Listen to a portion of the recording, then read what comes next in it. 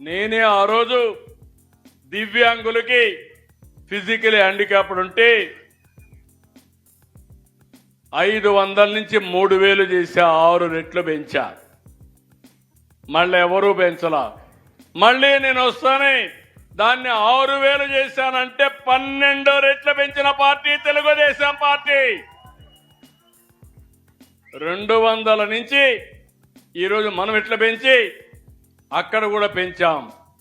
ఇంకో పక్కన ఎవరైనా కిడ్నీ పేషెంట్ ఉంటే అనారోగ్యం పాలైతే 10,000 ఇచ్చాం.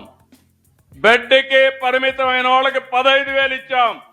నేను సవాలు విసురుతున్నా, దేశంలోనే కాదు ప్రపంచంలో ఎక్కడా ఇవ్వని విధంగా పింఛన్లు ఇచ్చే పార్టీ ఎన్డీఏ పార్టీ అని మరొకసారి విజ్ఞప్తి చేస్తున్నా.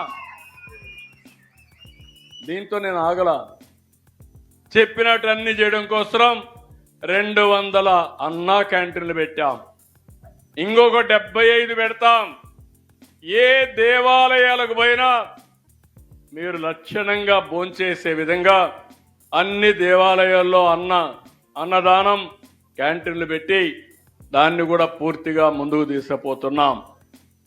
ఇంతేకాదు ఈరోజు మీరు చూస్తే తల్లికి వందనం ఇస్తాను. ఇచ్చిన మాట ప్రకారం ఎంతమంది పిల్లలుంటే అంతమంది పిల్లలకి తల్లికి వందనం ఇచ్చిన పార్టీ అండి. అవునా కాదా అని మిమ్మల్ని అడుగుతున్నా.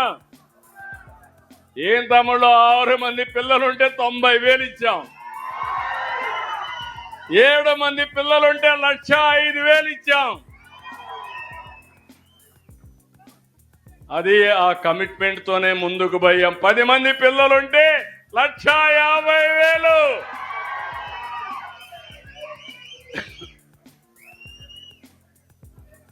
ఎందుకంటే నేను జనాభాను కూడా పెంచాలనుకుంటున్నాను, మీ భారం కూడా తగ్గించాలనుకున్నాను. అందుకే భవిష్యత్తులో కూడా హామీ ఇస్తున్నా, మీరు ఎక్కువ మంది పిల్లలు కానీ ఇచ్చేస్తే మీ కష్టంలో భాగం పంచుకోవడానికి ప్రభుత్వం సిద్ధంగా ఉంది.